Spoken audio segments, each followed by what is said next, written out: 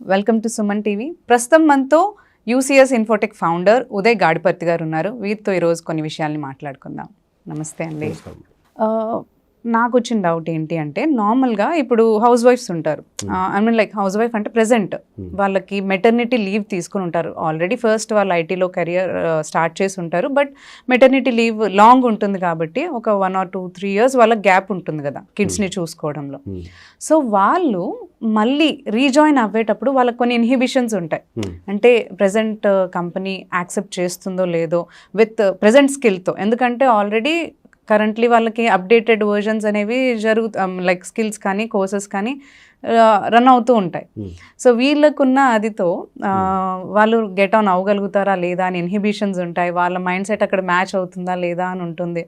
So వాళ్ళకి మీరు ఏం సజెస్ట్ చేస్తారు? వాళ్ళు కూడా మీ దగ్గరకు వచ్చినప్పుడు వాళ్ళకి ఏమన్నా గైడెన్స్ మీరు ఇస్తారా? లైక్ ప్రెజెంట్ వాళ్ళతో మ్యాచ్ అయ్యి అదే ప్యాకేజ్ తీసుకునే విధంగా. సో ఇక్కడ 2 విషయాలు ప్రధానంగా మాట్లాడుకోవాలి మేడం. ఈ ఐటీ, ఈ జాబ్స్ ఇవన్నీ వెళ్ళినప్పుడు భగవంతుడు జెంట్స్కి ఏమో ఒక వరం ఇచ్చాడు, లేడీస్కి అయితే ఇంకొక వరం ఇచ్చాడు. సో భగవంతుడు జెంట్స్కి ఏమో ఫిజికల్ స్ట్రెంగ్త్ ఇచ్చాడు, లేడీస్కి ఏమో మెంటల్ స్ట్రెంగ్త్. అంటే they are very talented by default. So women are by default talented. So ఇక్కడ ఏంటి అంటే మోస్ట్ ఆఫ్ ది కంపెనీస్లో women are actually more empowered and they are actually active. So due to some circumstances maternity leave వల్ల maternity leave తీసుకుంటారు.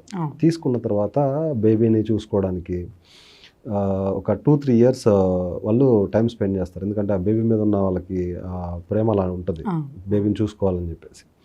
ఆ తర్వాత వాళ్ళు ఫ్యామిలీని రన్ చేయడానికో లేదంటే వేరే కారణాల వల్ల వర్క్ స్టార్ట్ చేయాలనుకుంటారు. చాలామంది ఏమనుకుంటారంటే ఈ కెరియర్ గ్యాప్ వచ్చింది కదా, నేను ఇంకా ఎలిజిబుల్ కాదేమో, నేను ఐటీలోకి ఎలిజిబుల్ కాదేమో అని చెప్పేసి ఒక మైండ్ సెట్లోకి వెళ్ళిపోతారు.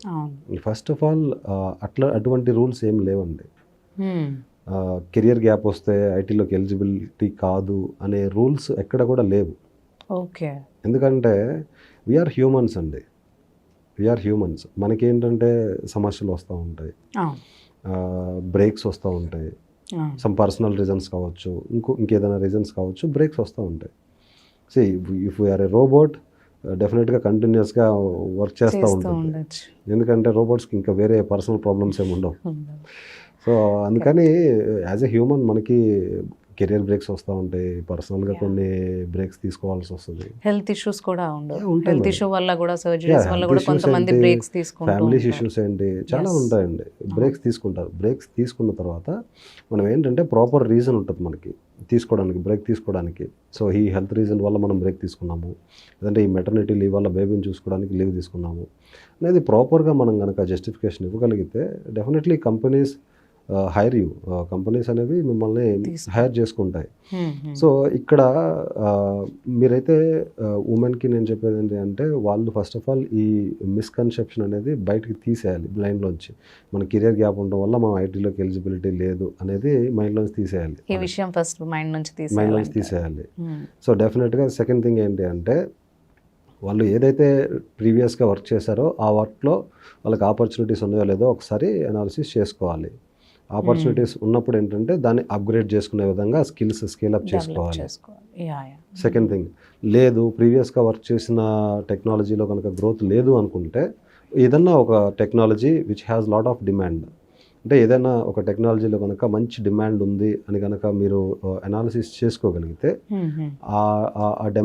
ఆ టెక్నాలజీ అనేది ఎంతకాలం ఎగ్జిస్టెన్స్లో ఉంటుంది, ఆ ప్యాకేజ్లు ఎలా ఉన్నాయి, ఫర్దర్ దాంట్లో గ్రోత్ ఉందా లేదా, ఇటువంటివి వాళ్ళు అనాలిసిస్ చేసుకోవాలి.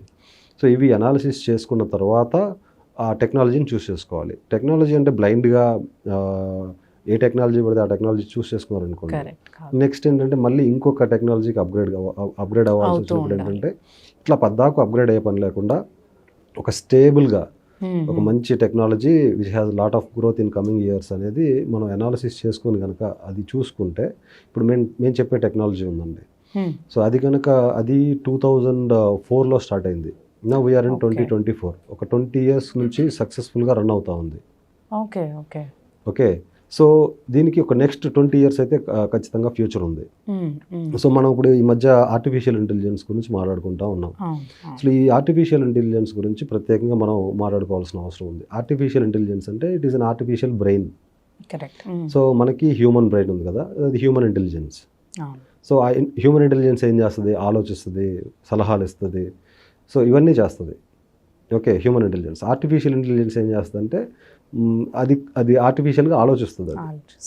సో ఇప్పుడు మనకి బ్రెయిన్ అయితే ఎలా ఉందో, మనకి హ్యూమన్కి బ్రెయిన్ అయితే ఎలా ఉందో, ప్రతి ఒక్క అప్లికేషన్కి ఆర్టిఫిషియల్ బ్రెయిన్ ఇన్స్టాల్ చేస్తూ ఉన్నారు. ఓకే, అలానే ఇప్పుడు నేను చెప్పే టెక్నాలజీలో కూడా వాళ్ళు కంపెనీస్ ఏంటంటే ఆర్టిఫిషియల్ బ్రెయిన్ని పర్చేస్ చేసుకొని ఆ బ్రెయిన్ని ఆ టూల్కి పెడుతున్నారు.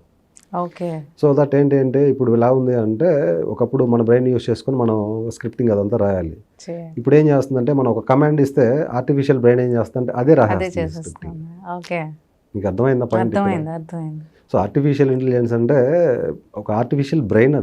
అది కంపెనీస్ ఏం చేస్తున్నాయంటే దాన్ని పర్చేస్ చేసుకుంటున్నాయి. ఆర్టిఫిషియల్ బ్రెయిన్ని పర్చేస్ చేసుకుంటున్నాయి. హ్యూమన్ బ్రెయిన్స్ బదులు ఆర్టిఫిషియల్ బ్రెయిన్స్ని పర్చేస్ చేసుకొని ఆర్టిఫిషియల్ బ్రెయిన్ని ప్రతి ఒక్క అప్లికేషన్కి పెడుతున్నాయి.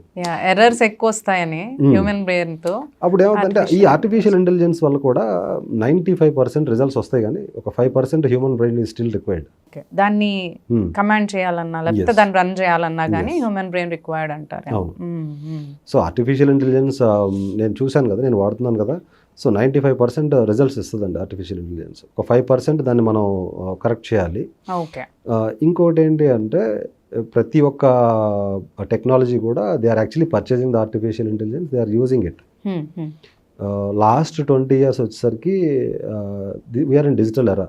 లాస్ట్ 2000 నుంచి 2020 వరకు it is a software era. Now this next 20 years will be artificial intelligence era. So artificial intelligence importance అనేది చాలా ఎక్కువ ఉంటుంది. ఆర్టిఫిషియల్ ఇంటెలిజెన్స్కి సంబంధించిన కోర్సెస్ చేసుకోగలిగితే that's very good thing. Okay, long term వరకు సస్టైన్గా ఉంటుంది కాబట్టి సో అది మెయింటైన్ చేయొచ్చు అంట. ఎస్, మీరు అన్నట్టు వేరే వేరే కోర్సెస్ ఊరికే చేంజెస్ అవ్వకుండా. Yes. So once artificial intelligence కనుక పబ్లిక్లోకి వచ్చేసి బాగా వచ్చేసిందంటే robots will come into picture. Okay, robots will come into picture. That will come maybe in 2040, maybe during 2040, 2050, the robots will be traveling along with us. We'll be doing friendship with robots. So already మన దగ్గర కాకుండా బయట ఇప్పుడు already start అయింది కదా. అదే అండి magic ఎలా ఉంటుంది అంటే, యుఎస్లో ఈరోజు యుఎస్లో ఏదైతే రన్ అవుతుందో మనం ఒక 20 years తర్వాత 30 years తర్వాత అది మనం ఫాలో అవుతాం. మీకు అర్థమైందా? అర్థమైంది. సో యూఎస్ అనేది చాలా అడ్వాన్స్గా ఉంటుందండి ఎప్పుడు కూడా.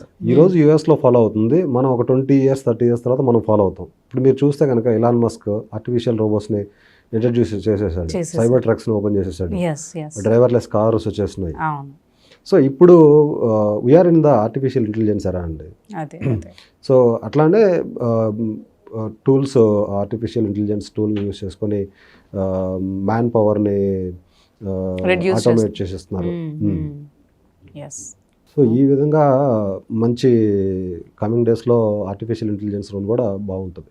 సో ఆ మైండ్ సెట్ నుంచి కొంచెం బయటికి వచ్చి ఉమెన్కి కూడా maternity leave or career gap ఉన్న వాళ్ళకి కూడా ఛాన్సెస్ ఉన్నాయని అంటారు.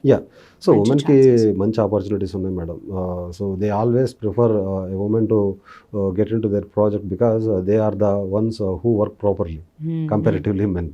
ఓకే అండి, థ్యాంక్ యూ సో మచ్.